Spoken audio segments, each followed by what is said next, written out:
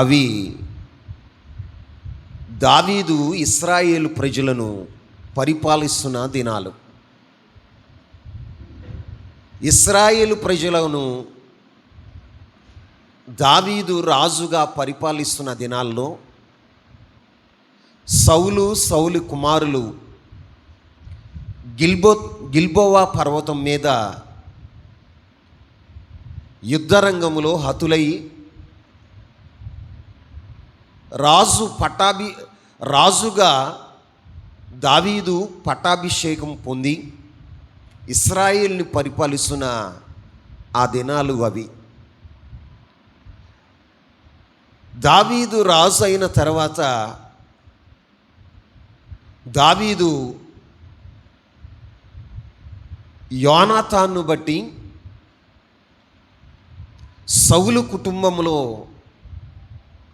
సౌలు కుటుంబానికి మేలు చేయాలనుకుంటున్నాడు, ఉపకారం చేయాలనుకుంటున్నాడు. ఉపకారం చేయాలని తలంచినప్పుడు దావీదు అడుగుతాడు, నేను యోనాతానును బట్టి ఉపకారం చూపుటకు సౌలు కుటుంబంలో ఎవడైనను కలడా అని దావీదు తన పనివారిని అడిగినప్పుడు, అయ్యా, యోనాతానికి పుట్టినటువంటి ఒక కుంటివాడు మెఫీబోషెతు అనేవాడు ఒకడు ఉన్నాడు. అతడు లొదెబారులో మాకీరు ఇంటి దగ్గర ఉన్నాడు. ఎక్కడున్నాడు? లొదెబారులో మాకీరు ఇంటి దగ్గర ఉన్నాడయ్యా అని దావీదుకు వర్తమానము తెలియచేసినప్పుడు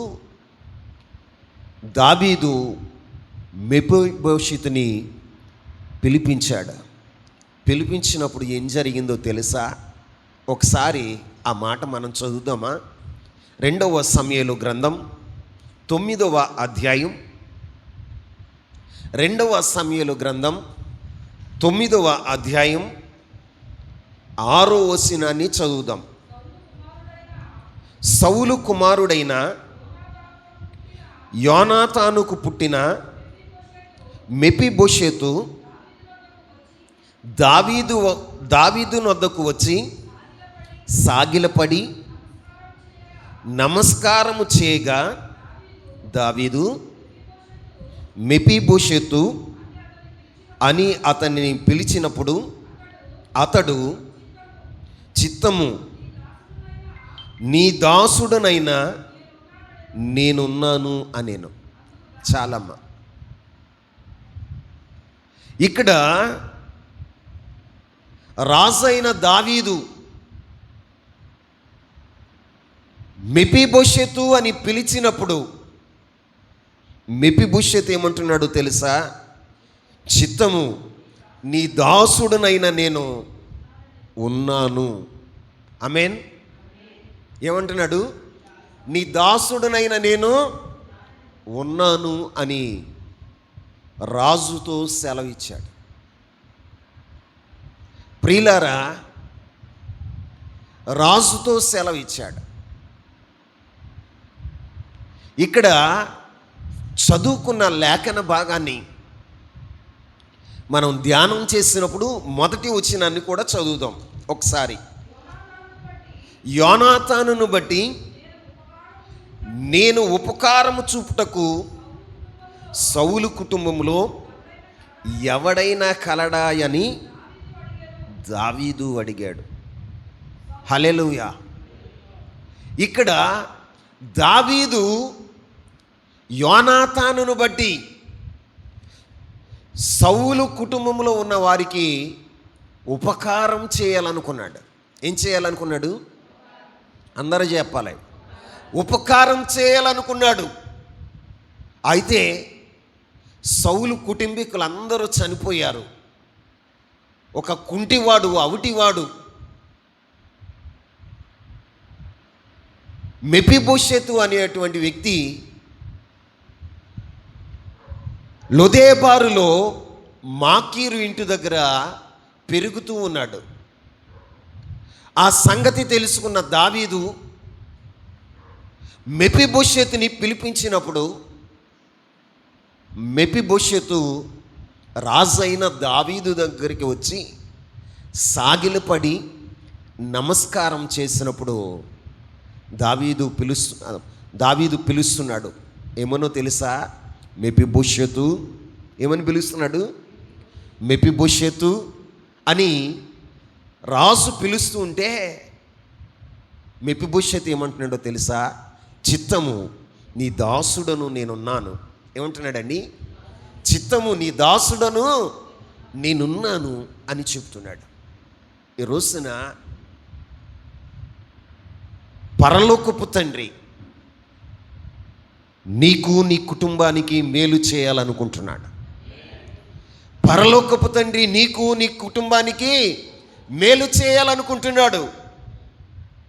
మరి దేవుని సన్నిధిలో ఉన్న నీవు, మహారాజు సన్నిధిలో, దావీదు సన్నిధిలో ఉన్నటువంటి మెఫీబోషెతు ఏమన్నాడో తెలుసా? చిత్తము నీ దాసుడను నేనున్నాను అన్నాడు. మరి ఈ రోజున దేవుని సన్నిధికి వచ్చిన నీ జీవితంలో దేవుడు నీకు నీ కుటుంబానికి మేలు చేయాలని ఇష్టపడుతున్నాడు. మేలు చేయాలని ఇష్టపడుతున్నాడు. ఆయన సన్నిధిలో నీ వైఖరి ఎలా ఉంది? నీ వైఖరి ఎలా ఉంది? దేవుని సన్నిధిలో ఉన్న నీవు దేవుడు మేలు చేయటానికి, మేలులు అనుభవించటానికి అర్హమైనదిగా నీ కుటుంబం, నీ జీవితం ఉందా? ఈ రోజున జీవము కలిగిన దేవుని సన్నిధిలో నువ్వు ఉన్నావు. శ్రీమంతుడైన దేవుని సన్నిధిలో నీవు ఉన్నావు. సర్వాధిపతి అయినటువంటి దేవుని సన్నిధిలో ఉన్నావు. రాజులకు రాజు, ప్రభువులకు ప్రభు అయిన దేవుని సన్నిధిలో ఉన్నావు. ఈ రోజున ప్రభువు నీకు నీ కుటుంబానికి మేలు చేయాలనుకున్నాడు. ఏం చేయాలనుకుంటున్నాడు? మేలు చేయాలనుకుంటున్నాడు. ఇక్కడ ఒక మాట మనం జ్ఞాపకం చేసుకోవాలి. మెఫీబోషెతుకు దావీదు మేలు చేయటానికి మెఫీబోషెతులో ఏ అర్హత కూడా లేదు. ఏ అర్హత కూడా లేదు. మేలు పొందటానికి ఏ అర్హత కూడా అతనికి లేదు. కానీ దావీదు కృప చూపించాడు. ఏం చూపాడు చెప్పండి? కృప చూపించాడు. ఈ రోజున మన జీవితంలో కూడా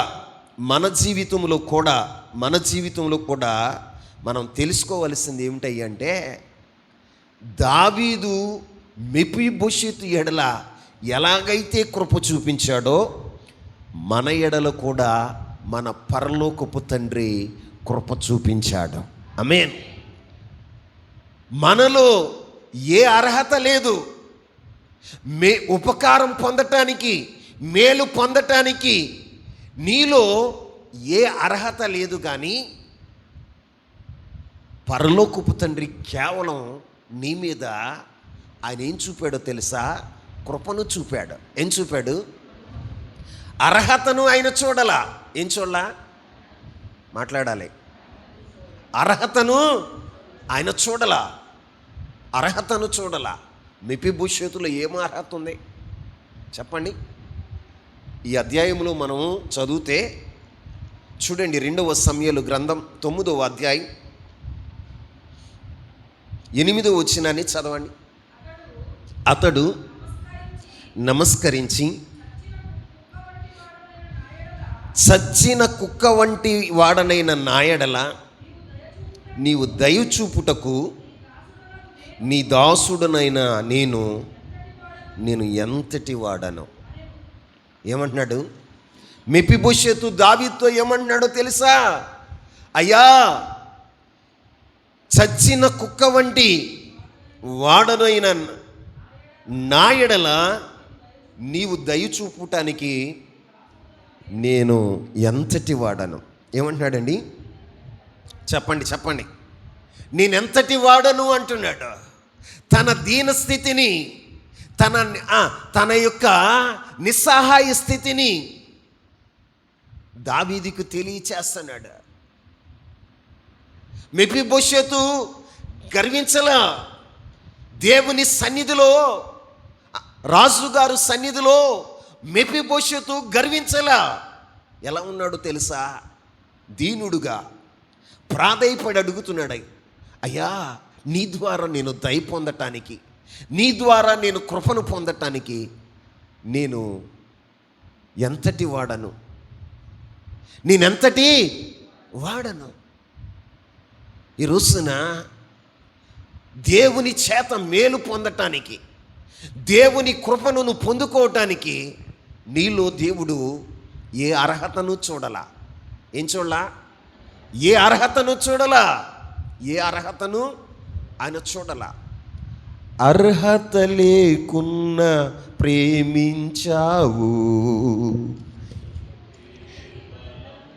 నీ కృపయే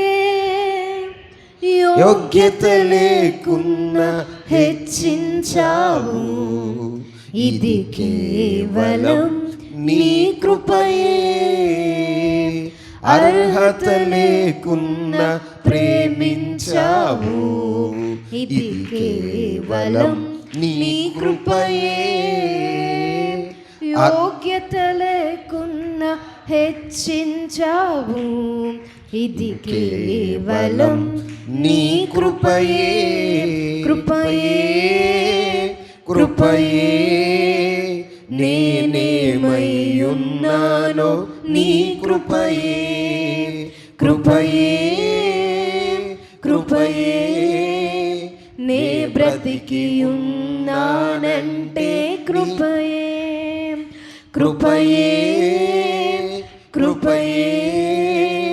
నేనేమయ్యున్నానో నీ కృపయే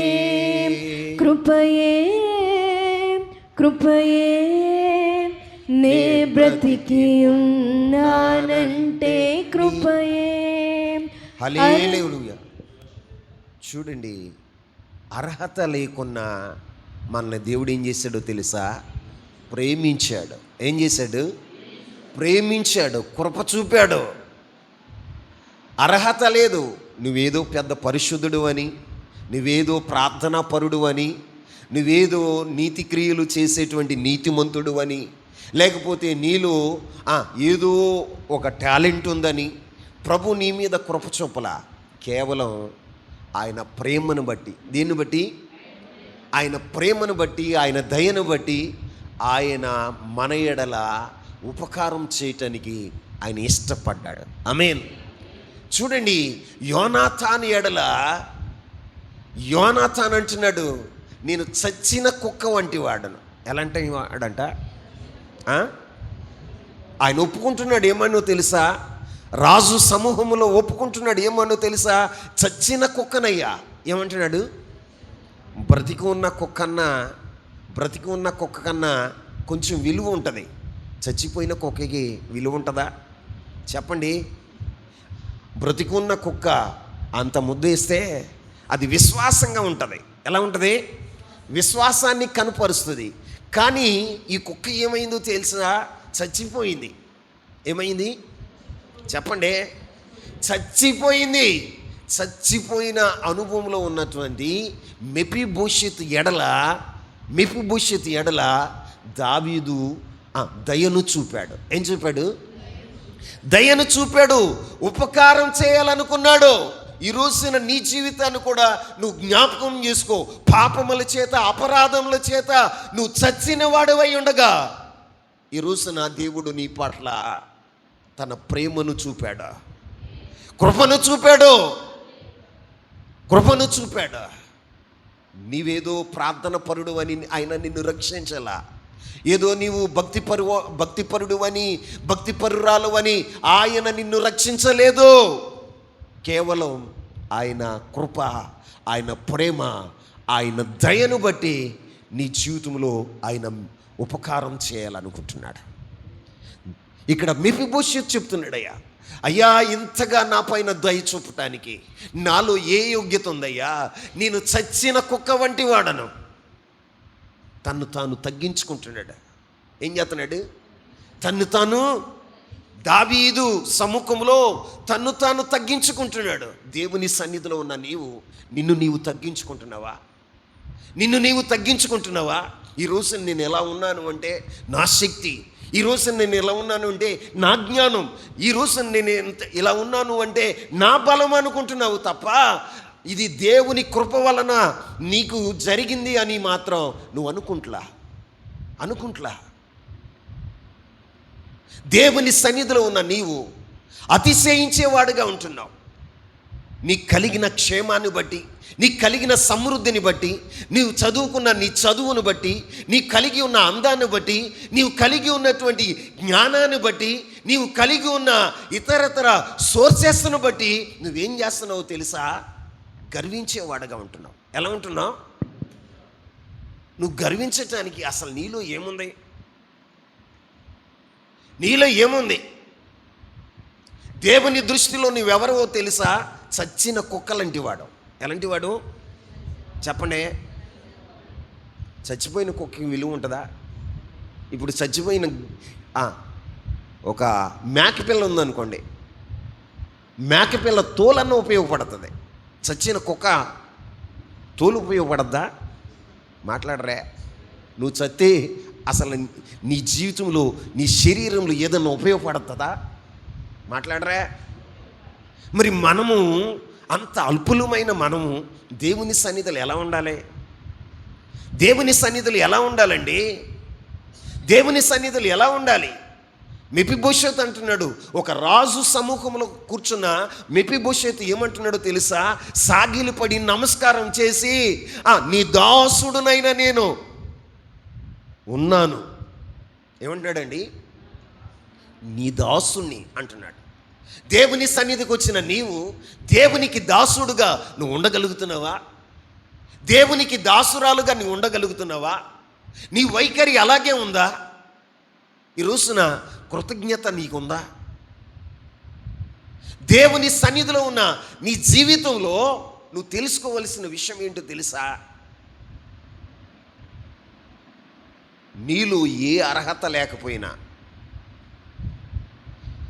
ఏ యొక్క అర్హత లేకపోయినా దేవుడు నీ పట్ల, నీ కుటుంబం పట్ల ఆయన కృప చూపించాడు. ఆయన నిన్ను ప్రేమించాడు, నీ కుటుంబాన్ని ప్రేమించాడు. అందుకని దేవుడు ఏం చేయాలనుకున్నాడు తెలుసా? మేలు చేయాలనుకున్నాడు. ఏం చేయాలనుకున్నాడు? చెప్పాలి. ఉపకారం చేయాలనుకుంటున్నాడు. మరి ఉపకారం చేయాలని ఆయన తలంచినప్పుడు ఆయన సముఖంలో నువ్వు ఎలా ఉండాలండి? ఆయన సముఖంలో నువ్వు ఎలా ఉండాలి? నీ దాసుడునైనా నేను ఉన్నానయ్యా. రాజు పిలుస్తున్నాడు, మెఫీబోషెతు అని పిలవగానే ఏమంటున్నాడు తెలుసా? నీ చిత్తము, నీ దాసుడను ఉన్నాను. ఏమంటున్నాడండి? నేనున్నాను. ఏమంటున్నాడు తెలుసా? నీ దాసుడను. ఏమంటున్నాడండి? కింద వచ్చినానికి వస్తే ఆయన ఏమంటున్నాడు తెలుసా? చచ్చిన కుక్క వంటి వాడను. ఏమంటున్నాడండి? తన్ను తాను తగ్గించుకున్నాడండి దేవుని సన్నిధిలో. మరి మన జీవితంలో దేవుని సన్నిధిలో తగ్గించుకునే అనుభవం ఉందా? దేవుని సన్నిధికి వస్తావు, మనం దేవుని సన్నిధిలో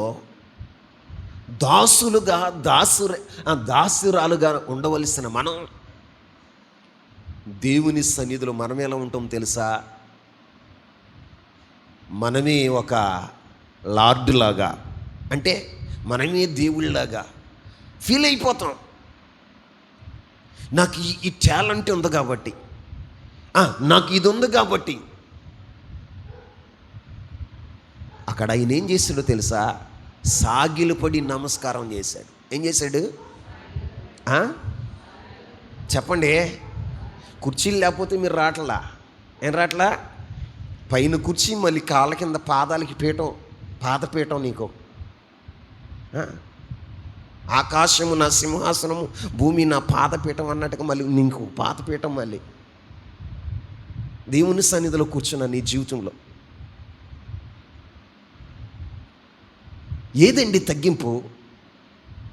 ఏది తగ్గింపు? దేవుడు చూస్తున్నాడు, నీకు ఉపకారం చేయాలనుకుంటున్నాడు. కానీ నీ జీవితంలో ఏం కనపడుతుందో తెలుసా? తగ్గించుకున్న జీవితం చోట్ల చాలామంది కుటుంబాలని ఆయన తరిసి తరిసి చూస్తున్నాడు. కుటుంబాలు ఎందుకు ఉపకారం పొందలేకపోతున్నాయో తెలుసా? ఆయన అందరికీ ఉపకారి. బైబిల్లో ఏమి రాయబడి ఉంటుందో తెలుసా? కీర్తనల గ్రంథం 145వ కీర్తన, 145వ కీర్తన 9వ వచనాన్ని చదవండి. యెహోవా అందరికీ ఉపకారి, ఆయన కనికరములు ఆయన సమస్త కార్యముల మీద ఉన్నాయి. ఆమేన్. మనం ఆరాధించే దేవుడు అందరికీ ఉపకారం చేసేవాడు. ఆమేన్. అందరికీ. అరే వీళ్ళకే చేస్తాడు, నాకే చేస్తాడు, లేకపోతే ప్రత్యేకించబడిన వ్యక్తులకే చేస్తాడు అని పరలోకపు తండ్రి గురించి రాయబడలా. ఆయన అందరికీ ఉపకారం చేస్తాడు. ఆమేన్ చెప్పండి. ఏం చేస్తాడు? ఉపకారం చేస్తాడు. కానీ ఆ ఉపకారాన్ని పొందటానికి నీ కుటుంబం యోగ్యమైనదిగా ఉండాలి. ఆ ఉపకారం పొందటానికి నీవు యోగ్యుడిగా కనపడాలి. ఎలా కనపడాలి? యోగ్యుడిగా కనపడాలి. ఆయన సన్నిధిలో నీ ఉంటున్నప్పుడు ఎలా ఉండాలో తెలుసా? నీ పట్ల కృప చూపుతున్నా, నీ పట్ల ప్రేమ చూపుతున్నా ఆయన సన్నిధిలో నువ్వు ఎలా ఉండాలి అంటే నిన్ను నీవు తగ్గించుకునేవాడుగా ఉండాలి. ఏం చేయాలి చెప్పండి? నువ్వెంతగా తగ్గించుకుంటున్నావు? ఎంతగా తగ్గించుకుంటున్నావు? దేవుని సన్నిధిలో ఎంతగా తగ్గించుకుంటున్నావు? దేవుని మందిరానికి రాగానే నీ టాలెంట్ నీకు గుర్తొస్తుంది. దేవుని మందిరానికి రాగానే నీ యొక్క సమాజంలో ఉన్న గౌరవప్రదమైనటువంటి జీవితం గుర్తొస్తుంది. దేవుని మందిరానికి రాగానే నువ్వు కలిగి ఉన్నటువంటి హోదా గుర్తొస్తుంది. దేవుని సన్నిధికి రాగానే నువ్వు కలిగి ఉన్న ఉద్యోగము, వ్యాపారము గుర్తొచ్చి ఎలా ఉంటావో తెలుసా? అతిశయించేవాళ్ళలాగా ఉంటావు. ఎలా ఉంటావు? వీళ్ళందరి మీద నేనే గొప్పవాడిని, వీళ్ళందరి మీద నేనే గొప్పదాన్ని, వీళ్ళందరి మీద నేనే ప్రార్థన పరుని, వీళ్ళందరి మీద నేనే పరిచర్య చేసేవాడిని, వీళ్ళందరికంటే నేనే నేనే నేనే నేనే అపోస్తుడైన పౌలు అంటాడు, నేను క్రీస్తుతో కూడా సిలువ వేయబడి ఉన్నాను, జీవించున్నది నేను కాదు, క్రీస్తు యేసే నాలో జీవించున్నాడు. దేవుని సన్నిధికి వచ్చిన తర్వాత నేను అనేటువంటి మాట, నేను అనేది మనలో చావాలి. ఆమేన్. అప్పుడు దేవుడు ఏం చేస్తాడో తెలుసా? నీకు ఉపకారం చేస్తాడు. ఏం చేస్తాడు? నీ జీవితంలో తగ్గించుకున్న దాన్ని బట్టి, నువ్వు తగ్గించుకున్న దాన్ని బట్టి దేవుడు ఏం చేస్తాడో తెలుసా? ఉపకారం చేస్తాడు. గర్విష్ఠులను ఆయన ఎదిరించి దీనులకు కృప చూపేవాడుగా ఉంటాడు. ఎవరికి? గర్విష్ఠులను అణిచివేసి ఎదిరించి దీనులకు కృప చూపుతాడు. ఎవరికి? దేవుని సన్నిధిలో ఉన్న నీలో దీనత్వం ఉందా? దీనత్వం ఉందా? బ్రతికి ఉన్నాను అంటే నీ కృపయ్యా. నేనేమై ఉన్నానో నీ కృప వల్లనే అయి ఉన్నానయ్యా. ఇది నా శక్తి వలన, నా జ్ఞానం వలన, నా బలం వలన, నా టాలెంట్ వలన, నా యోగ్యత వలన ఇది జరగలేదు. కేవలం నీ కృప. ఆమేన్. కేవలం నీ కృప. నీ కృప. బ్రతికి ఉన్నావు అంటే దేవుని కృప. ఒక మంచి ఉద్యోగాన్ని సంపాదించుకున్నావు అంటే దేవుని కృప. 4 ఇళ్ళు నీకు నోట్లోకి వెళతాయి అంటే దేవుని కృప. ఏంటి? దేవుని కృప. ఆరోగ్యవంతుడిగా ఉన్నావు అంటే దేవుని కృప. నేడు సజీవుల దేశంలో ఉన్నావు అంటే దేవుని కృప. నువ్వేమై ఉన్నావో, నువ్వు సంతోషంగా ఉన్నావా, అది దేవుని కృప వల్లనేవా? ఎవరి వలన? దేవుని కృప వల్లనే. కానీ నువ్వేమనుకుంటావు తెలుసా? ఇంత సమృద్ధి నా జ్ఞానాన్ని బట్టి వచ్చింది, నా టాలెంట్ని బట్టి వచ్చింది, రాత్రి పగళ్ళు నేను కష్టపడితే వచ్చింది. నేను ఒక మాట చెప్తాను.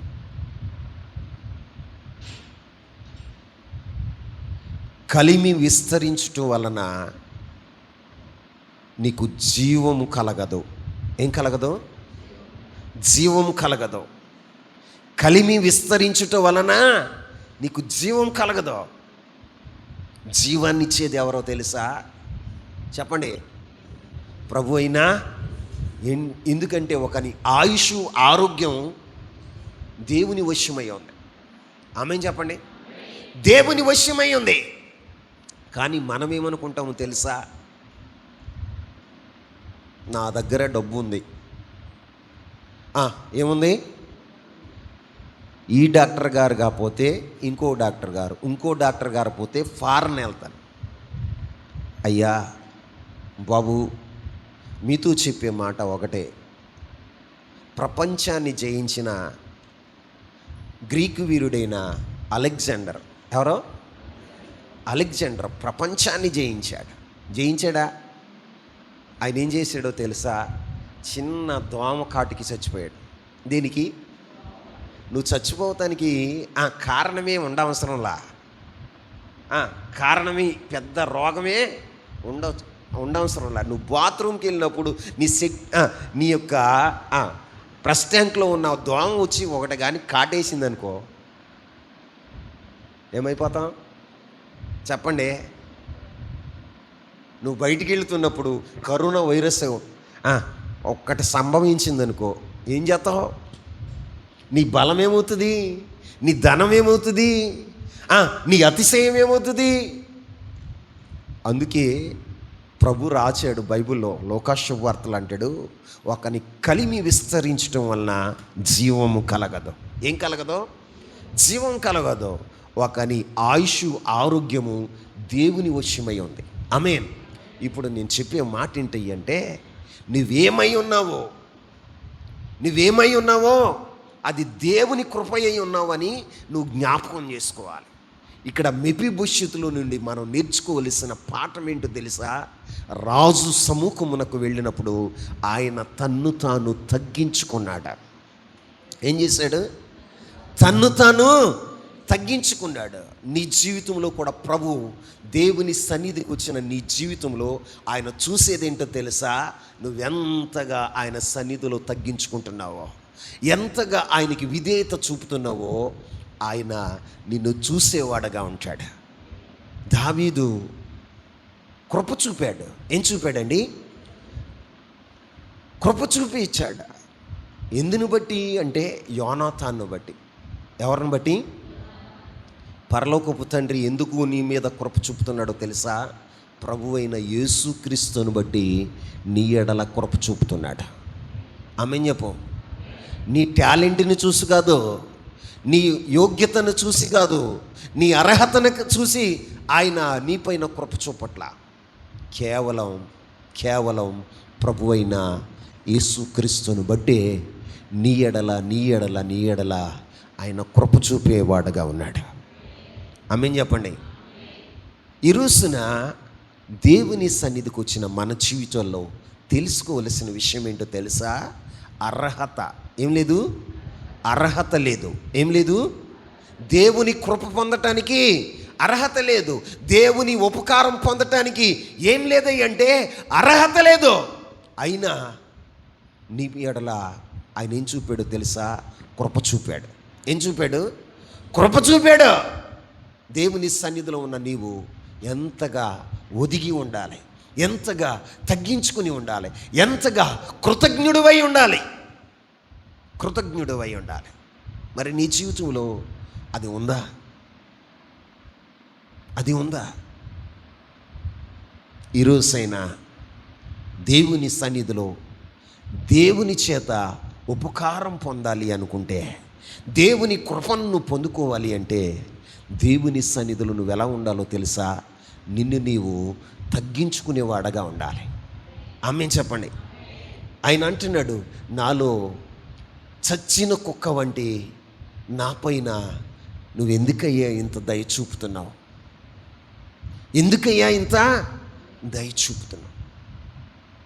యోనతాను మెఫీబోషెతు చెప్తున్నాడు, నేను చచ్చిన కుక్క లాంటి వాడు.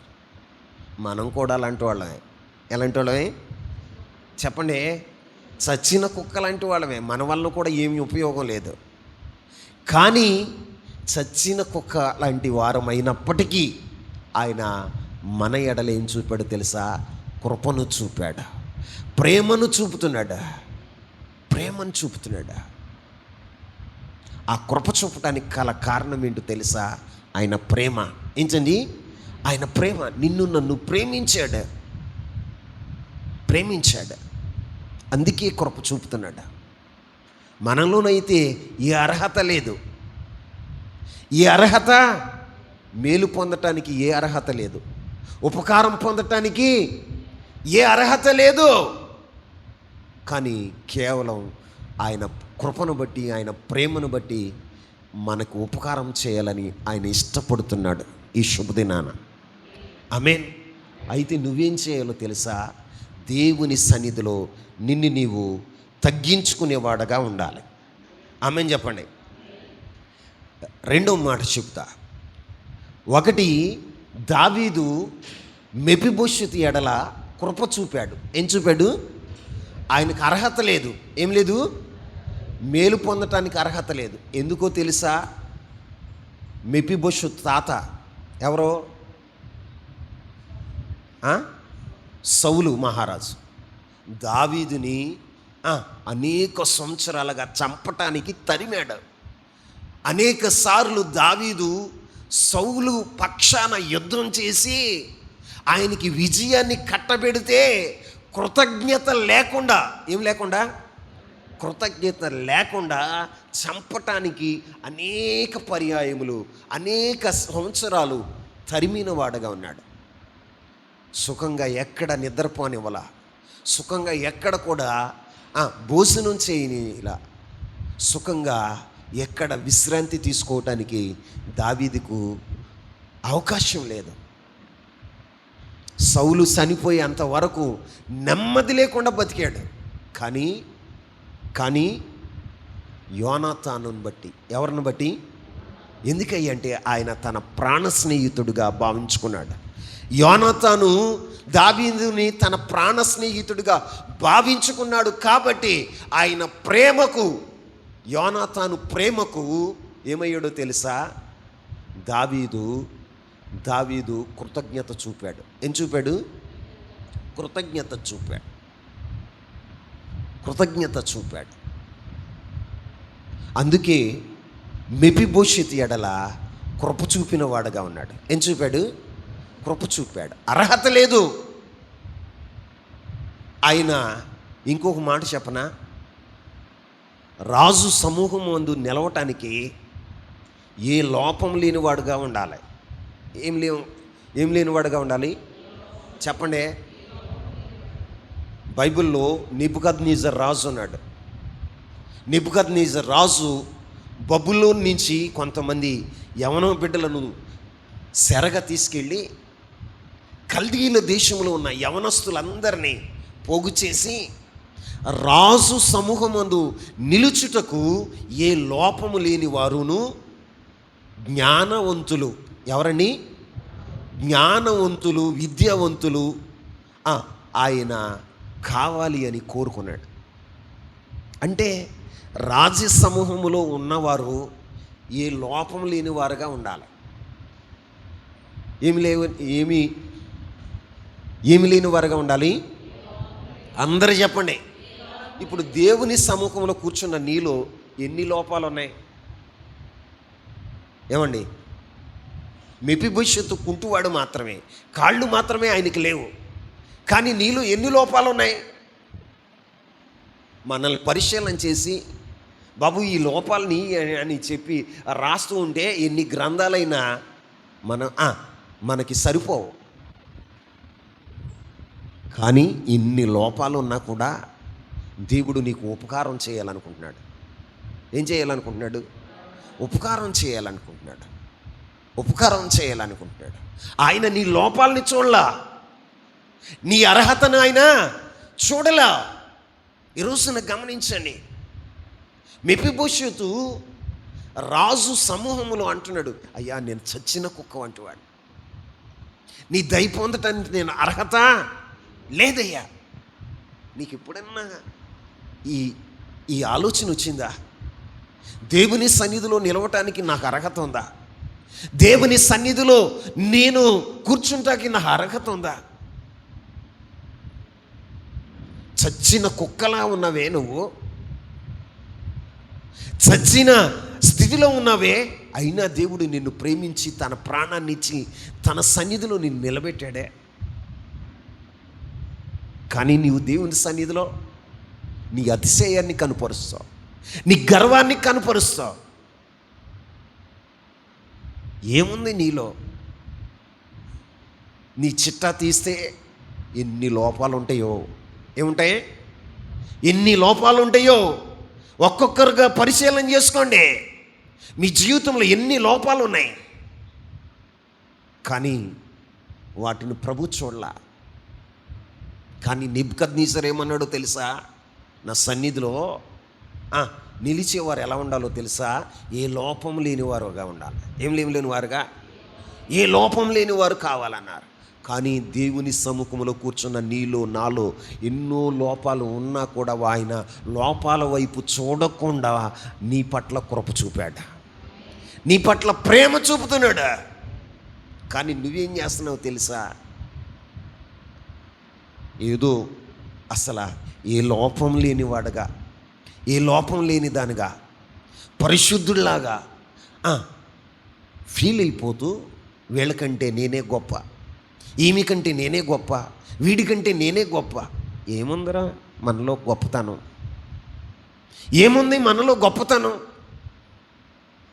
నిన్ను గురించి నన్ను గురించి ఆయన పుస్తకం తెరిస్తే, ఆయన దగ్గర ఉన్నటువంటి జీవగ్రంథాన్ని తెరిస్తే ఏమవుతుందో తెలుసా? సిగ్గుపడాలి. ఏం పడాలి? సిగ్గుపడి తల ఉంచుకోవాలి. కానీ ఆయన ఏమీ చూడలేదండి, లోపాలు ఏమీ చూడలా.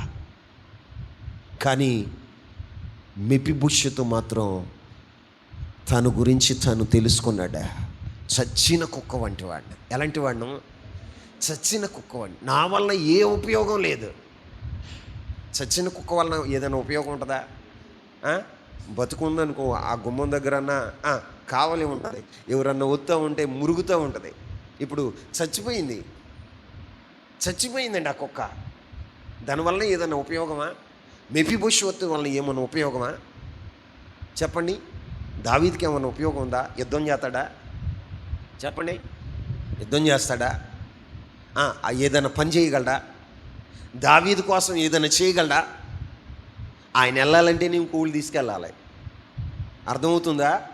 అలాంటి దీన స్థితిలో ఉన్నటువంటి మెఫీబోషెతు ఎడల దావీదు దయ చూపాడట. ఏం చూపాడు? దయ చూపాడు. ఇంకో మాట మీకు చెప్పనా? దావీదు మెఫీబోషెతు ఎడల ఏం చేశాడో తెలుసా?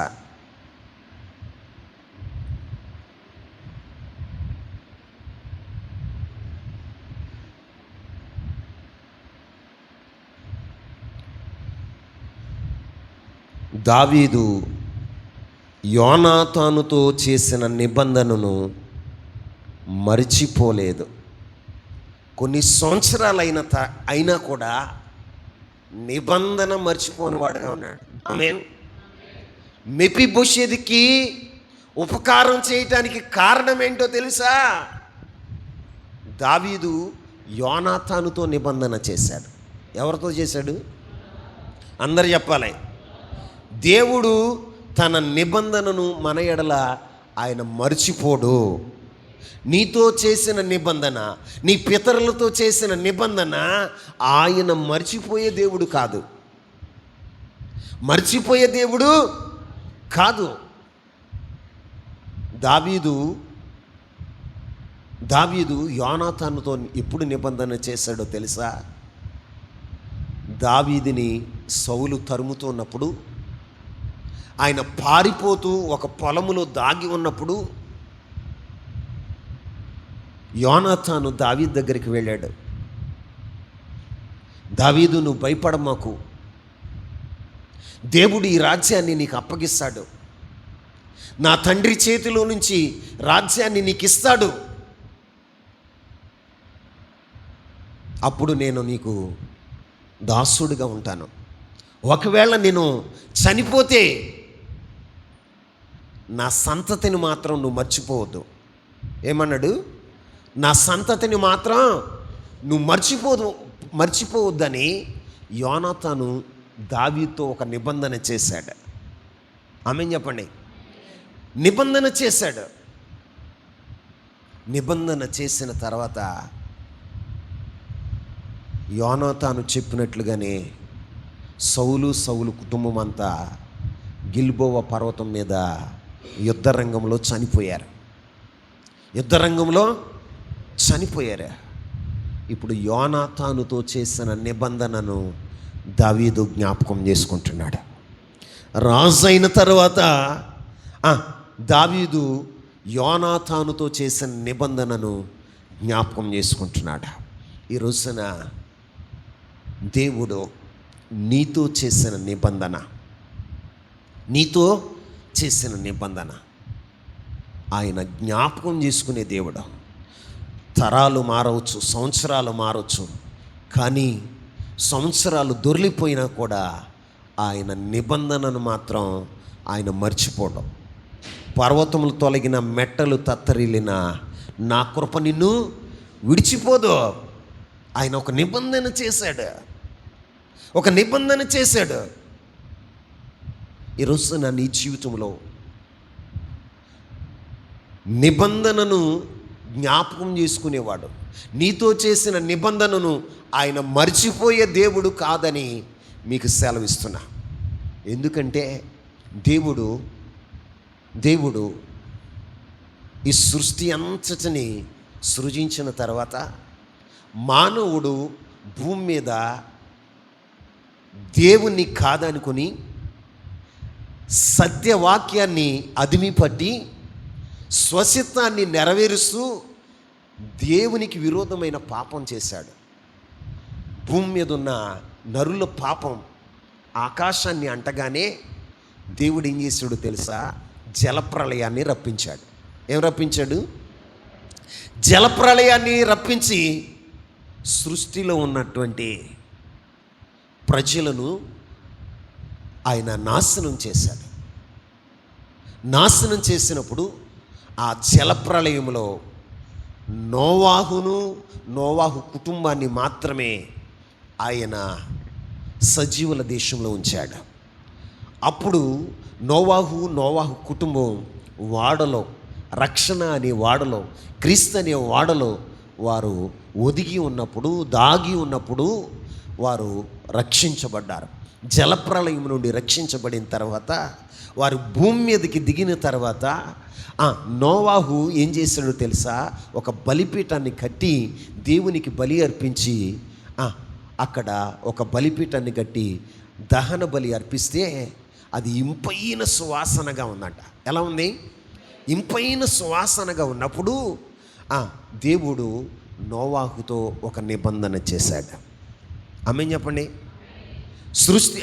భూమితో, ఆకాశంతో దేవుడు ఒక నిబంధన చేశాడు. ఆ నిబంధన ఏంటో తెలుసా? జల ప్రళయాన్ని బట్టి సమస్త సృష్టిని నేను సమూల నాశనం ఇక చేయను. ఇదిగో నేను ఆకాశంలో నా ధనుసును ఉంచుతున్నాను. ఏముంచుతున్నాడట చెప్పండి? ధనుసు. మనం అందరం అనుకుంటాం వర్షం వచ్చిన తర్వాత వర్షం ఆగిపోయిన తర్వాత ఆకాశంలో ఇంద్రధనుసు కనపడదు. ఏం కనపడదే? అదేంటో తెలుసా? దేవుని నిబంధన. ఏంటండి? దేవుని నిబంధన. ఇదిగో నేను జలప్రళయాన్ని బట్టి, వర్షాన్ని బట్టి భూమిని నాశనం చేయను అని దేవుడు జ్ఞాపకం చేసుకోవటానికి ఆ నిబంధన ఆకాశంలో కనపడతా ఉంటుంది. ఆ ధనుసు ఆకాశంలో కనపడుతుంది. మొదటిగా నిబంధన ఎవరితో చేశాడు అంటే నోవాహుతో చేశాడు. ఎవరితో? నోవాహుతో చేశాడు. నేటికి తరాలు మారిన, యుగాలు మారిన ఆ నిబంధనను దేవుడు జ్ఞాపకం చేసుకుంటూనే ఉన్నాడు. ఆమేన్. ఆయన నిబంధన మేరలా. ఇంకొక మాట చెప్తా. నోవాహు తర్వాత దేవుడు అబ్రహాముతో నిబంధన చేశాడు. ఎవరితో చెప్పాలి అందరూ? అబ్రహాముతో దేవుడు నిబంధన చేశాడు. ఆ నిబంధన నేటి వరకు నిలిచే ఉంది. ఇప్పుడు వరకు నేటి వరకు నిలిచే ఉంది. నేటి వరకు నిలిచే ఉంది. అబ్రహామా, నీవు నా సన్నిధిలో నిందారహితుడివై ఉండు. ఎలా ఉండు? నిందారహితుడివై ఉండు. నేను నీతో నిబంధన చేస్తాను అని దేవుడు నిబంధన చేశాడు. ఏంటో తెలుసా? అబ్రహామా, నీ సంతానమును నేను ఆకాశ నక్షత్రముల వలె నేను విస్తరింప చేస్తాను అని దేవుడు నిబంధన చేశాడు. ఆ నిబంధనను చేసి అబ్రాహాముగా పిలిచాడు. ఎలా పిలిచాడు చెప్పండి? అబ్రహాముగా పిలిచాడు. ఎలా పిలిచాడు? అబ్రహాముగా పిలిచాడు. ఆ నిబంధన చేసిన తర్వాత అబ్రహాము సంతతిని నేటి వరకు భూమి మీద విస్తరింప చేస్తూనే వచ్చాడు. ఆమేన్. అంటే తరాలు మారినా, యుగాలు మారినా ఆయన నిబంధనను మర్చిపోయేవాడు కాదు. అలాగే దావీదు కూడా యోనాతానుతో చేసిన నిబంధన మర్చిపోక మెఫీబోషెతు ఎడల ఏం చూపాడో తెలుసా? కృప చూపిన వాడుగా ఉన్నాడు. ఏం చూపాడు? నిబంధన మర్చిపోకుండా నిబంధనను జ్ఞాపకం చేసుకుని, ఇదిగో నా సంతానాన్ని జ్ఞాపకం చేసుకో, నా సంతానానికి మేలు చేయి, నా సంతానానికి ఉపకారం చేయమని యోనాతాను చేసిన నిబంధన దావీదు జ్ఞాపకం చేసుకుని మెఫీబోషెతుకి ఉపకారం చేయటానికి ఇష్టపడ్డాడు. ఈ రోజున దేవుడు నీతోనూ, నీ పిల్లలతోనూ, నీ కుటుంబంతోనూ, నీ పితరులతో చేసిన నిబంధనను ఆయన జ్ఞాపకం చేసుకున్నాడు. కాబట్టే ఈ రోజున నీకు ఉపకారం చేయాలనుకుంటున్నాడు. ఆమేన్ చెప్పండి. ఉపకారం చేయాలనుకుంటున్నాడు. ఆయన నిబంధన మర్చిపోయేవాడు కాదు. నిబంధన మర్చిపోయే దేవుడు కాదు. ఎన్ని తరాలైనా, ఎన్ని యుగాలైనా ఆయన మాత్రం నిబంధన మర్చిపోయేవాడు కాదు. మర్చిపోకుండా ఏం చేశాడు తెలుసా? నిబంధనను ఎన్ని సంవత్సరాలైనా నిలబెట్టుకున్నవాడుగా ఉన్నాడు. మన ప్రభువు కూడా మనతో చేసిన నిబంధనలు ఆయన నిలబెట్టుకుని, జ్ఞాపకం చేసుకుని మన జీవితాల్లో ఉపకారం చేసేవాడుగా ఉంటాడు. ఇంకో మాట చెప్తా.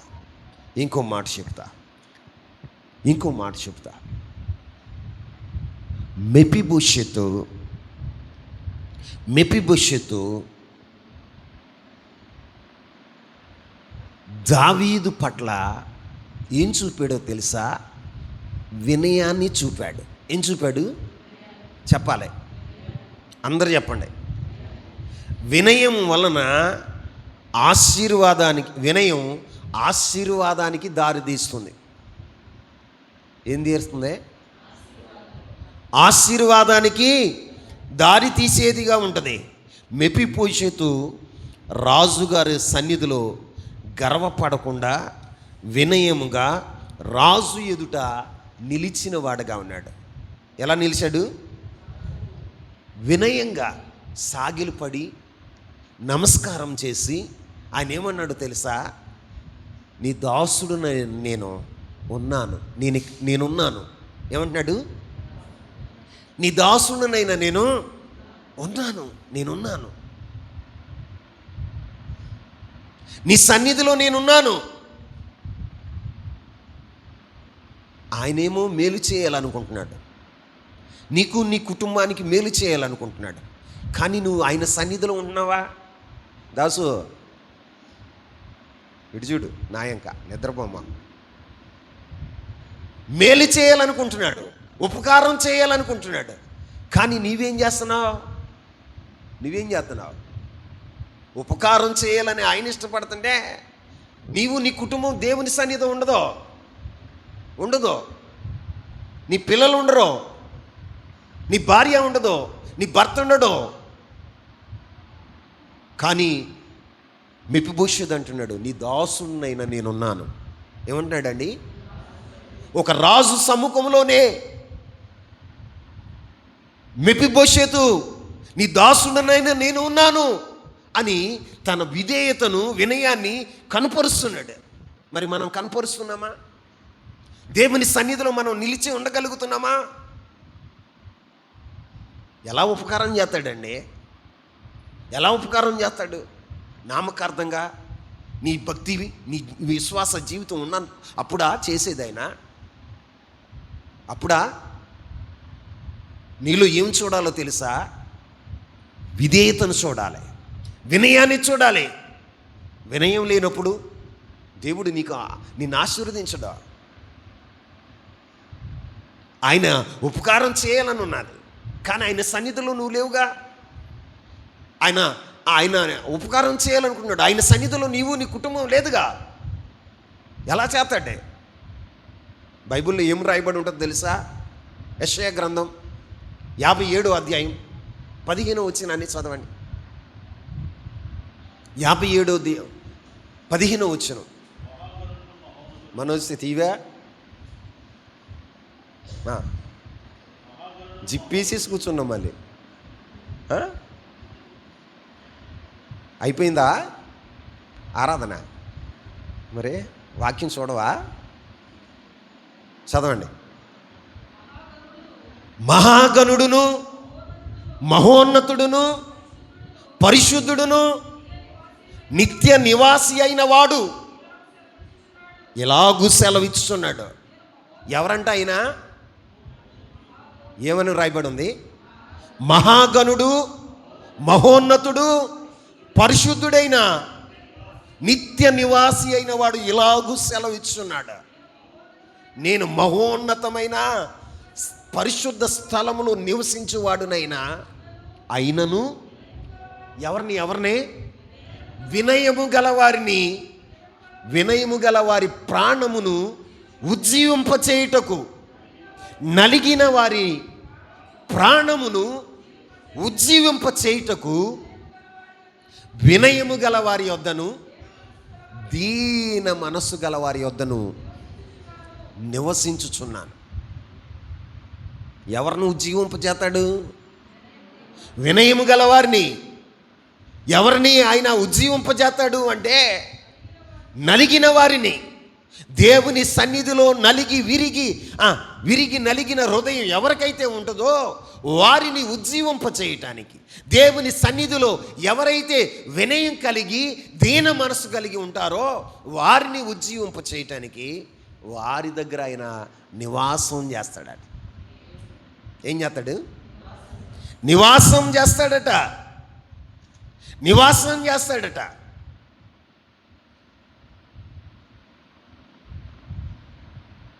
వినయం లేనప్పుడు, విరిగి నలిగిన అనుభవం నీలో లేనప్పుడు దేవుడు ఉపకారం చేయటానికి ఇష్టపడ్డా. అసలు నీ దగ్గర రావటానికి ఆయన ఇష్టపడ్డావు, నీతో ఉండటానికి ఇష్టపడ్డావు. అయ్యా నా కుటుంబం ప్రార్థనకు వస్తుంది, నీలో ఉన్న గర్వం సావలేదుగా, విరిగి నలిగిన హృదయం లేదుగా, దేవుని సన్నిధికి వస్తాం. వచ్చామా, విగ్రహాలు కూర్చున్నామా, వెళ్ళిపోయామా? పశ్చాత్తాపం ఏదండి? విన్న వాక్యాన్ని బట్టి విరిగి నలిగిన హృదయం మనం ఎక్కడ కనపరుస్తున్నాం దేవునికి? విరిగి నలిగిన హృదయం నీలో లేనప్పుడు దేవుడు నీ దగ్గర ఉండటానికి, నివాసం చేయటానికి ఆయన ఇష్టపడడు కదా.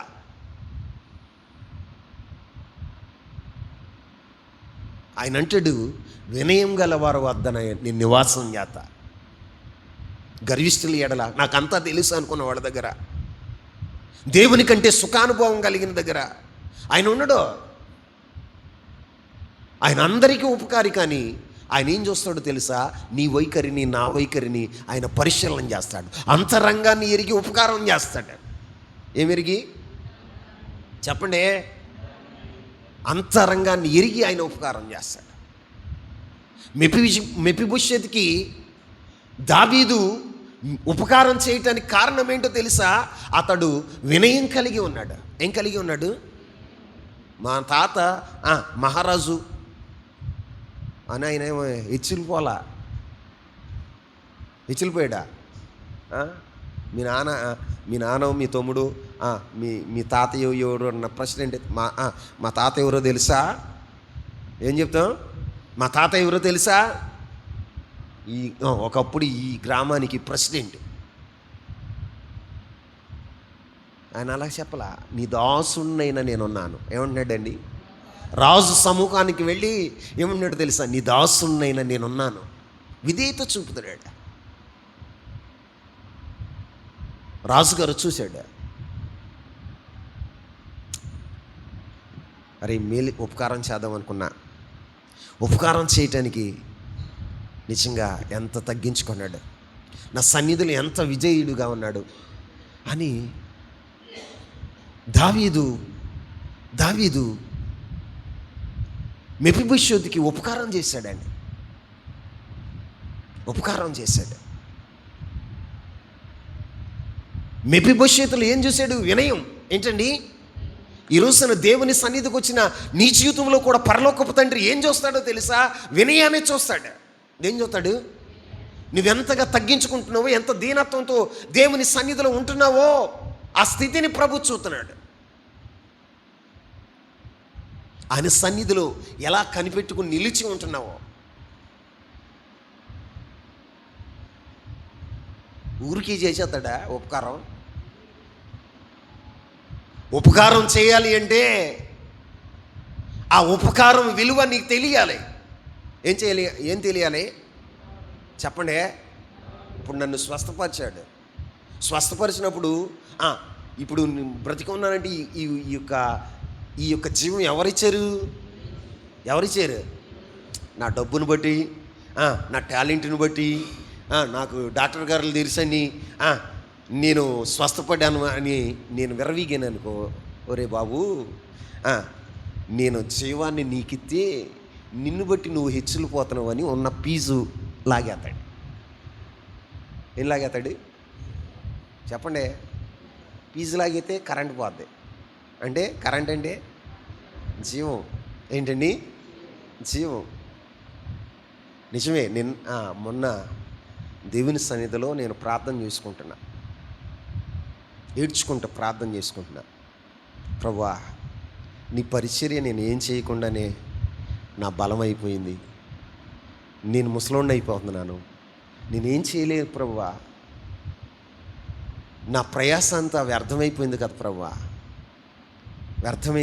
వ్యర్థమైపోయింది ప్రభువా.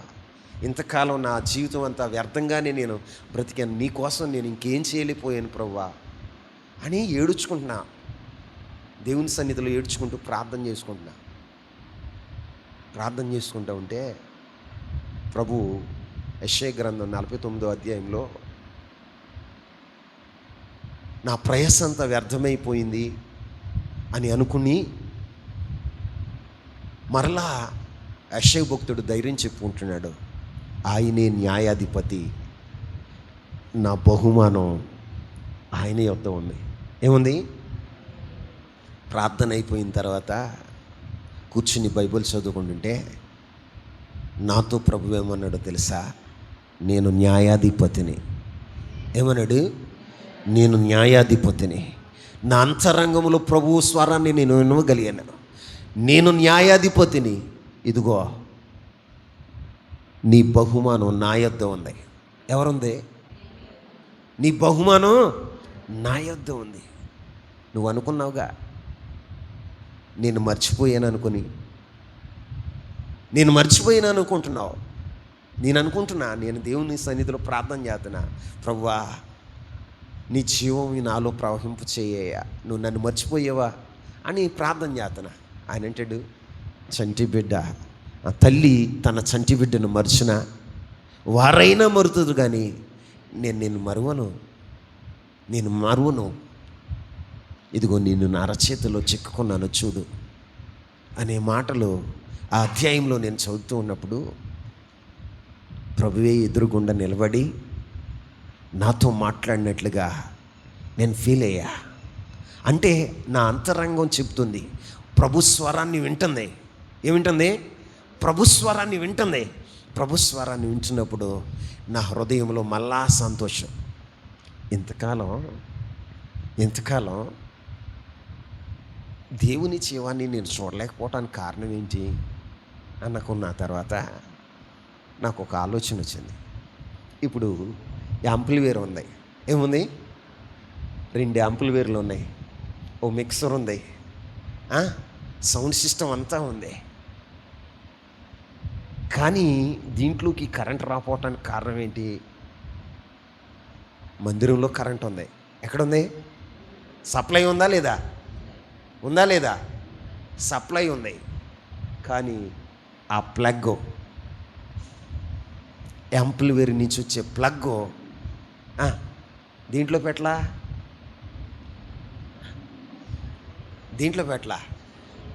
స్విచ్ బోర్డులో పెట్టలా. దేవుడు నిరంతరం నిన్ను ఆవరించి ఉన్నాడు, కానీ నీకేం లేదో తెలుసా? దేవునితో కనెక్షన్ లేదు. ఏం లేదు? పిచ్చోడా, దేవునితో కనెక్షన్ లేనప్పుడు అట్లాగే వస్తుంది. ఏ ఆలోచన వస్తుందో తెలుసా? దేవుడు నన్ను మర్చిపోయాడు, దేవుడు నన్ను విడిచిపెట్టేశాడు అన్న ఆలోచన వస్తుంది. కానీ ఈ మందిరం నిండా ఏం ఆవరించి ఉంది చెప్పండి? కరెంట్ ఉంది, కరెంటు సప్లై సమృద్ధిగా ఉంది. కానీ ఏం లేదయ్యా అంటే స్విచ్ బోర్డులో ప్లగ్ పెట్టట్లా. మనం ఏం పెట్టట్లా చెప్పండి? స్విచ్ బోర్డులో ప్లగ్ పెట్టట్లా. ప్లగ్ ఉంది, స్విచ్ బోర్డు ఉంది, అన్నీ ఉన్నాయి. కరెంటు కూడా నిండుగా ఉంది, సమృద్ధిగా ఉంది. సప్లై రాట్లా. కారణం ఏంటంటే నీ జీవితంలో కూడా దేవుడు నీలోనే ఉన్నాడు, నీతోనే ఉన్నాడు, నీ చుట్టూ ఆవరించి ఉన్నాడు. కానీ నీకు ఆయనతో కనెక్షన్ లేదు. ఎవరితో? దేవునితో కనెక్షన్ లేదు. దేవునితో కనెక్షన్ లేకపోతే సప్లై ఎట్లా అవుతుంది? జీవం ఎలా ఉంటుంది చెప్పండి? ఉంటుందా? సప్లై ఉంటుందా? నీ జీవితం వెలగాలంటే, తేజరిల్లాలంటే, నీ జీవితం తేజరిల్లాలంటే నీ జీవితంలో ఏముండాలో తెలుసా? దేవునితో నీకు అనుబంధం ఉండాలి, దేవునితో కనెక్షన్ ఉండాలి. దేవునితో కనెక్షన్ లేకుండా లోక సంబంధమైన కనెక్షన్లు నువ్వెన్ని కలిగి ఉన్నా తీసిరెళ్ళవు. ఎందుకంటే జీవానికి ఆధారం ఆయనే. సమస్తము జీవమునకు ఆధారం ఆయనే. కాబట్టి ఆయనతో నీకు కనెక్షన్ ఉండాలి. ఏముండాలి? ప్రభు మాట్లాడుతూ ఉంటే ఒక్కోసారి ఏడ్చుకుంటా, ఒక్కోసారి సంతోషంగా దేవుని సన్నిధిలో వాక్యాన్ని ధ్యానిస్తున్నప్పుడు, ఆయన స్వరం విన్నప్పుడు నన్ను నేనే బలపరుచుకుంటున్నాను. నిజంగా ప్రియులరా, దేవుని సన్నిధిలో మనం ఎలా ఉండాలో తెలుసా? వినయం చూపాలి. ఏం చూపాలి? వినయం గల వారి వద్దనే ఆయన నివాసం చేస్తాడు. ఎవరి దగ్గర? వినయము గల వారి యొద్దనే, దీన మనసు గల వారి యొద్దనే ఆయన నివాసం చేసేవాడుగా ఉన్నాడు. మరొక మాట రాయబడి ఉంది సామెతల గ్రంథంలో, మరొక మాట రాయబడి ఉంది. ఒకసారి చదవండి, 18వ అధ్యాయం 12వ వచనం. సామెతల గ్రంథం 12వ అధ్యాయం. ఆపద రాకముందు నరుని హృదయము అతిశయపడును, ఘనతకు ముందు ఏముండును? నీవు ఘనపరచబడాలి అంటే నీ ముందే ఉండాలి. చెప్పండి చెప్పండి.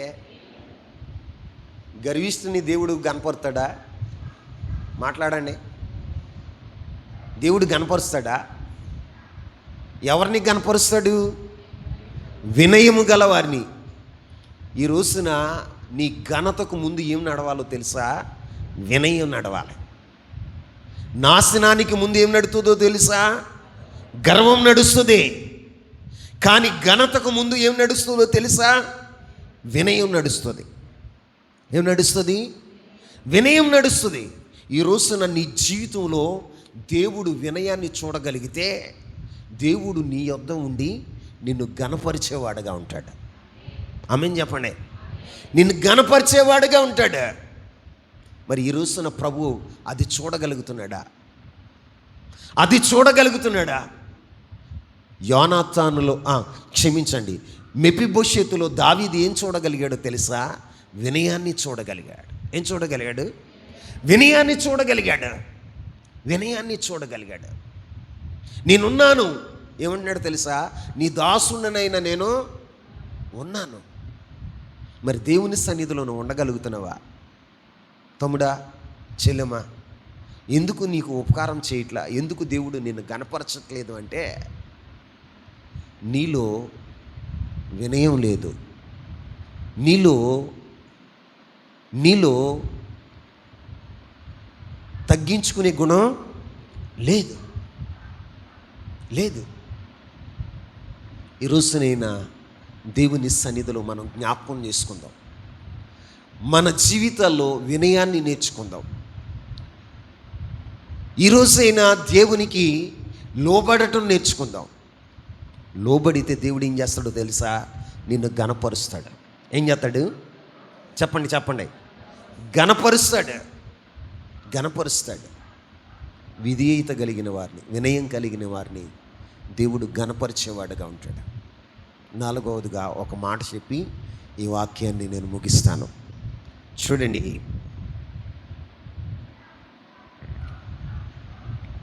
దావీదు చూపిన కృప మెఫీబోషెతు యొక్క స్థితిని మార్చింది. ఆమేన్ చెప్పండి. ఏం మార్చింది? దావీదు చూపిన కృప మెఫీబోషెతు స్థితిని మార్చింది. ఎలా మార్చిందయ్యా అంటే, మెఫీబోషెతు ఇంతకు ముందు ఎక్కడ ఉన్నాడో తెలుసా? లోదెబారులో మాకీరు ఇంటి దగ్గర ఉన్నాడు. ఎక్కడున్నాడు? అందరు చెప్పాలి. లోదెబారులో మాకీరు ఇంటి దగ్గర ఉన్నాడు. మాకీరు ఇంటి దగ్గర ఉన్నప్పుడు మెఫీబోషెతు ఏం చేయబడ్డాడో తెలుసా? అందరూ మెఫీబోషెతుని మర్చిపోయారంట. ఏమయ్యారు? చెప్పండి. మర్చిపోయారంట. తన స్థితిని బట్టు, తనకున్నటువంటి బలహీనతను బట్టు, అతడున్న ప్రదేశాన్ని బట్టు మెఫీబోషెతు ఏమయ్యాడో తెలుసా? మర్చిపోయాడు. అందరూ మర్చిపోయారు, మరవబడ్డాడు. కానీ దావీదు కృప చూపిన తర్వాత మెఫీబోషెతు ఏమైందో తెలుసా? రాజు బల్ల దగ్గర, ఎక్కడ? రాజు బల్ల దగ్గర గౌరవ స్థానాన్ని పొందాడు. ఆమేన్. రాజు దావీదు రాజు ఏమన్నాడు తెలుసా? మెఫీబోషెతు, ఈరోజు నుంచి నీవు నా బల్ల యొద్ద నువ్వు భోజనం చేస్తావు. ఏం చేస్తావు?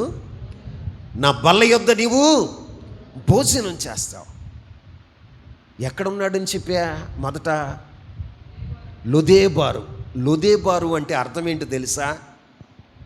మేత లేని స్థలం. ఏంటి? మేత లేని స్థలం. మాకీరు అంటే అర్థం ఏంటో తెలుసా? అమ్మబడినవాడు. చెప్పండి. అంటే ఆయన ఉన్న ప్రదేశం ఎలాంటిదో తెలుసా? మేత లేని స్థానంలో ఉన్నాడు. అమ్మబడిన వాని ఇంటిలో ఉన్నాడు. ఎవరి ఇంట్లో ఉన్నాడు? మేత లేదు అక్కడ, అమ్మబడిన వాడుగా ఉన్నాడు. అంటే దాసుడుగా ఉన్నాడు. ఎలా ఉన్నాడు? దాసుడుగా ఉన్నాడు. కానీ దావీదు కృప చూపిన తర్వాత ఏం జరిగిందో తెలుసా? తన యొక్క స్థితి మారింది. ఆమేన్ చెప్పండి. ఇప్పుడు మరవబడినటువంటి మెఫీబోషెతు వెలుగులోనికి వచ్చాడు. ఎక్కడికి వచ్చాడు? వెలుగులోనికి వచ్చాడు. దావీదు భోజనపు బల్ల దగ్గర తన జీవిత కాలమంతా కూడా భోజనం చేసిన వాడుగా ఉన్నాడు. ఆమేన్. రాజుగారు బల్ల దగ్గర ఎవరు భోజనం చేస్తారు చెప్పండి? రాజు ఇంచువారు. ఎవరు? రాజు ఇంచువారు. లేకపోతే రాజ్యములో గౌరవప్రదమైన వారు, ప్రధానమంత్రులు, లేకపోతే సైన్యాధిపతో, లేకపోతే ఇంకెవరో ఆయనతో కూడా కలిసి భోజనం చేస్తారు. అంటే తన ఇంటి వారిగా మెఫీబోషెతుని దావీదు చేసుకున్నాడు, ఆహ్వానించాడు, తన ఇంటిలో ఒక స్థానాన్ని ఇచ్చాడు. ఈ రోజున దేవుని కృప నిన్ను ఏం చేస్తుందో తెలుసా? నీ స్థితిని మారుస్తుంది. దేవుని కృప నిన్ను ఏం చేస్తుందో తెలుసా? నీ స్థితిని మారుస్తుంది. ఇప్పుడు నువ్వు పెంట కుప్పల మీద ఉండొచ్చు, ఇప్పుడు నీ జీవితం దీనస్థితిలో ఉండొచ్చు, కానీ పెంట కుప్పల మీద ఉన్నవారిని లేవనెత్తి నా ప్రభు సింహాసనం మీద కూర్చోబెట్టేవాడు. ఆమేన్ చెప్పండి. పెంట కుప్పల మీద ఉన్న వారిని లేవనెత్తి సింహాసనం మీద కూర్చోబెట్టేవాడండి. ఈరోజు నన్ను నమ్మగలిగితే నీ స్థితిని దేవుడు మారుస్తాడు. ఇప్పుడు వరకు నీ జీవితంలో దీనస్థితిలో ఉన్నావా? మరవబడిన అనుభవాల్లో ఉన్నావా? నీ పేదరికాన్ని బట్టి, నీ అనారోగ్యాన్ని బట్టి, నీ యొక్క వైఫల్యాలను బట్టి, నీ యొక్క ఈ లోకములో నీకున్నటువంటి లోపాలను బట్టి ప్రజలందరి మధ్యలో నీవు మరవబడవి ఉండవచ్చు. కానీ నా దేవుని కృప నిన్నేం చేస్తుందో తెలుసా? నిన్ను ఘనపరిచేదిగా ఉంటుంది, నీ స్థితిని మార్చేదిగా ఉంటుంది, నిన్ను రాజుల ఎదుట నిన్ను కూర్చోబెట్టేదిగా ఉంటుంది. నిజమండి, రాజుల ఎదుట కూర్చోబెట్టేది దేవుని కృప. నీ స్థితిని మార్చేది దేవుని కృప. ఆ కృప మనం పొందుకోవాలంటే మన జీవితంలో విధేయులమై ఉండాలి, వినయం కలిగిన వారంగా ఉండాలి. దేవుడు నిన్ను పిలుస్తున్నప్పుడు ఇప్పుడు చింటూ అనే దేవుడు పిలుస్తున్నాడు. ఏమని పిలుతున్నాడు? చింటూ దేవుని సన్నిధిలో ఉండి నిద్రపోతున్నాడు అనుకో. చింటూ విన్నావా? దేవునికి విధేయత చూపిన వాడువా, లేకపోతే దేవుని స్వరాన్ని విన్నవాడువా, దేవునికి ప్రత్యుత్తరం ఇచ్చిన వాడుగా ఉంటావా? దేవుని సన్నిధిలో ఆయన నిన్ను పిలుస్తున్నప్పుడు నువ్వేం చేయాలో తెలుసా? దేవుని స్వరాన్ని విని స్పందించేవాడుగా ఉండాలి. ఏం చేయాలి? స్పందించేవాడుగా ఉండాలి. స్పందించినప్పుడే అంటే నీలో ఏముండాలో తెలుసా? మెలకువ. ఏముండాలి చెప్పలే? మెలకువ ఉన్నప్పుడు ఆయన కృప చూపి నీ స్థితిని మారుస్తాడు. నువ్వు మరవబడిన ఇదిగో మేత లేని స్థలంలో ఉన్న నీ జీవితంలో అమ్మబడినటువంటి వాని ఇంటిలో ఉన్న నీ జీవితాన్ని తీసుకొచ్చి రాజు బల్ల ఎదుట నిన్ను కూర్చోబెట్టేవాడుగా ఉంటాడు. ఆమేన్ చెప్పండి. ఈ రోజున నీ జీవితంలో ఏముండాలో తెలుసా? రాజు సముఖంలో ఉన్న నీ జీవితంలో మెలకువ ఉండాలి. రాజుగారి స్వరాన్ని విని ప్రతిస్పందించే మనసు నీ జీవితంలో ఉంటే అమ్మ స్వరూప ఏముండాలి? ప్రతిస్పందించే మనసు ఉండాలి. ఏ మనసు? ఏముండాలి చెప్పండి? ప్రతిస్పందించే మనసు. ఇప్పుడు రాజుగారు నేను పిలుస్తున్నప్పుడు రత్నం అన్నప్పుడు అన్నావనుకో, దేవుడు స్పందిస్తాడా? స్పందిస్తాడా? నీతో మాట్లాడటానికి ఇష్టపడతాడా? నీ స్థితిని మారటానికి ఇష్టపడతాడా? దేవుడు మాట్లాడుతున్నప్పుడు నువ్వు ఎలా ఉండాలి? మెలకుగా ఉండాలి. ఏముండాలి? ఇప్పుడు పరిశుద్ధాత్ముడు నీతో మాట్లాడుతున్నాడు వాక్య రూపాన్ని దాల్చి. ఏం తెలిసి? అప్పుడు నువ్వు ఎలా ఉండాలి? ఎలా ఉండాలి? మెలకు కలిగి ఉండాలి. దేవుడు నన్ను ఎలా ఆశీర్వదిస్తున్నాడు, దేవుడు నాకు ఏం వాగ్దానం చేస్తున్నాడు, దేవుడు నన్ను ఏం సరిచేస్తున్నాడు, దేవుడు నాలో ఉన్న లోపాన్ని దేన్ని ఎత్తి చూపిస్తున్నాడు, దాన్ని నేను సరి చేసుకోవాలని దేవుని వాక్యాన్ని వింటూ ఉన్నప్పుడు నువ్వు ఎలా ఉండాలో తెలుసా? మెలకుగా ఉండాలి. ఎలా ఉండాలి? ఇప్పుడు మెఫీబోషెతు ఎలా ఉన్నాడు తెలుసా? దావీదు పిలుస్తున్నాడు మెఫీబోషెతు అని పిలవంగానే ఏమంటున్నాడు తెలుసా? చిత్తము నీ దాసుని నేనున్నాను. ఏమంటున్నాడు? నీ దాసుని నేనున్నానయ్యా. స్పందించాడు. ఏం చేశాడు? స్పందించాడు. అప్పుడు ఏం చేశాడు తెలుసా? దేవుడు ఏం చేశాడు తెలుసా? తన స్థితిని దావీదు తన స్థితిని మార్చాడు. ఒక మనిషి లోక సంబంధమైన రాజే మెఫీబోషెతు స్థితిని మారితే పరలోకపు తండ్రి, రాజులకు రాజు, ప్రభువులకు ప్రభు అయిన దేవుడు నిన్ను పిలుస్తున్నప్పుడు నువ్వు స్పందిస్తే దేవుడు నీ స్థితి మార్చడా? ఎన్ని సంవత్సరాలుగా దేవుని సన్నిధిలో ఉంటున్నావు? స్పందిస్తున్నావా? దేవుని మాటకు స్పందిస్తున్నావా? నువ్వు స్పందిస్తే నీ స్థితి ఎప్పుడూ మారేది. నీ స్థితి ఎప్పుడో మారేది. ఈరోజైనా అయిపోయింది, ఏదో అయిపోయింది. ఈరోజైనా నీ యొక్క హృదయం అనే తలుపు దగ్గర, ఎక్కడ చెప్పండి? హృదయం అనే తలుపు దగ్గర ఆయన తడుతున్నారు. ఎవరైతే ఆయన స్వరాన్ని విని తలుపు తీస్తారో వారితో ఆయన కలిసి భోజనం చేయటానికి ఇష్టపడుతున్నాడు. ఆ మాట చదువుకుని వాక్యాన్ని ముగిద్దాం. ప్రకటన గ్రంథం 3వ అధ్యాయం 20వ వచనాన్ని చదువుకుందామా? ప్రకటన గ్రంథం 3వ అధ్యాయం 20వ వచనం ఆఖరిగా, ఇదిగో నేను తలుపు వద్ద నిలుచుండి తట్టుచున్నాను. ఎవడైనను నా స్వరము విని తలుపు తీసిన ఎడల నేను అతని యొద్దకు వచ్చి అతనితో నేను, నాతో కూడా అతడును భోజనము చేయుదుము. ఆమేన్. ప్రభు చెప్తున్న మాట ఏంటో తెలుసా? ఇప్పటికే నువ్వు ఆలస్యం చేసావు. ఇప్పటికే నువ్వెప్పుడో నువ్వు ఘనత పొందవలసిన వాడు.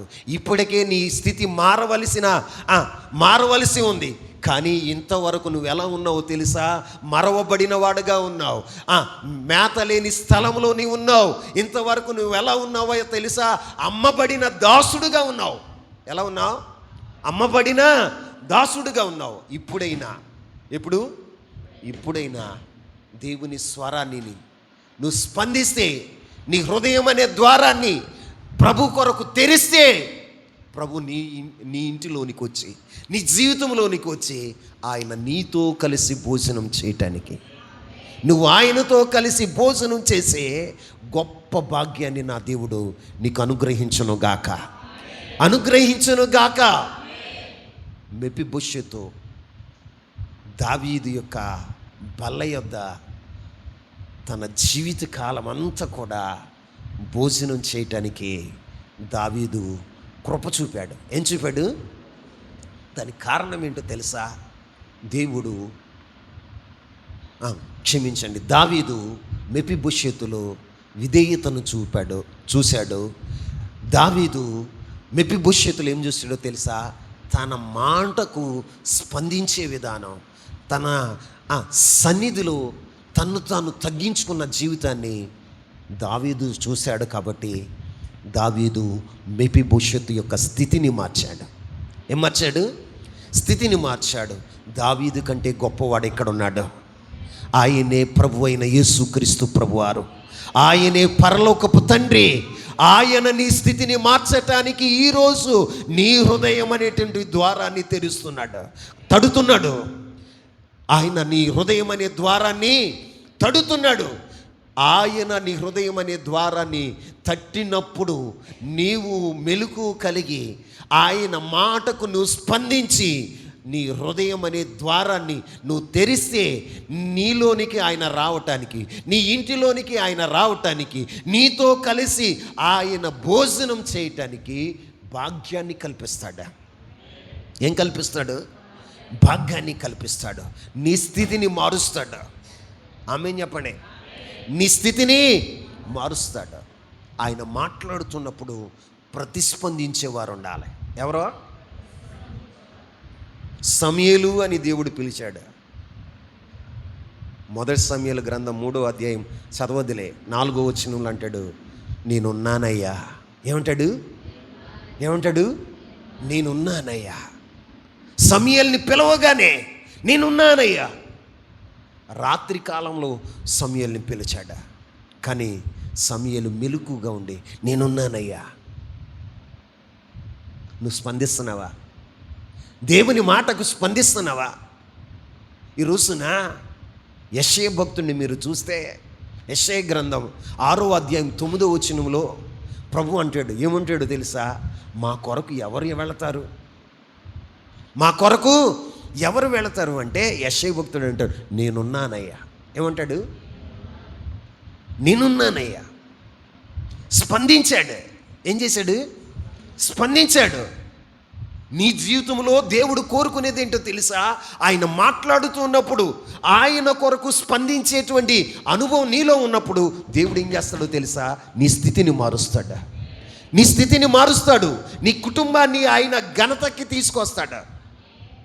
స్పందించాలి. ఏం చేయాలి? స్పందించాలి.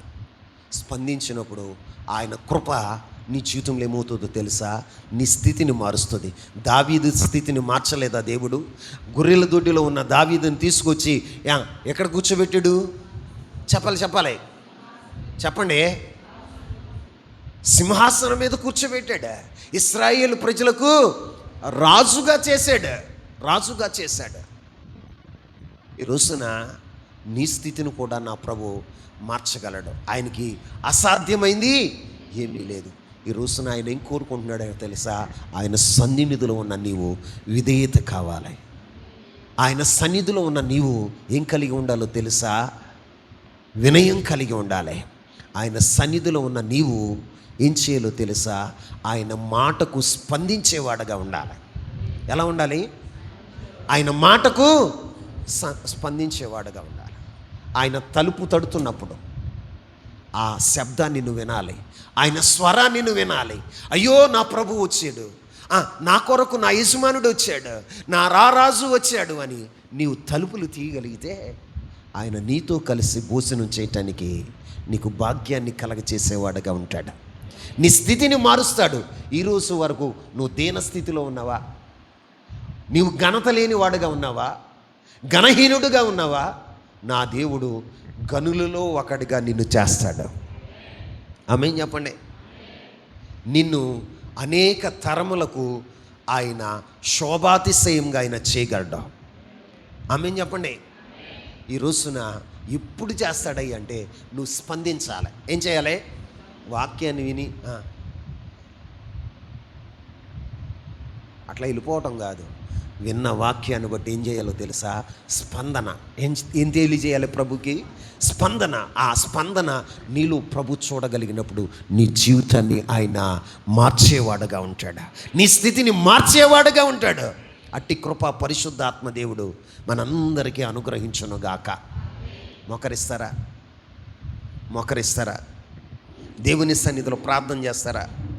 చేతులెత్తుతారా?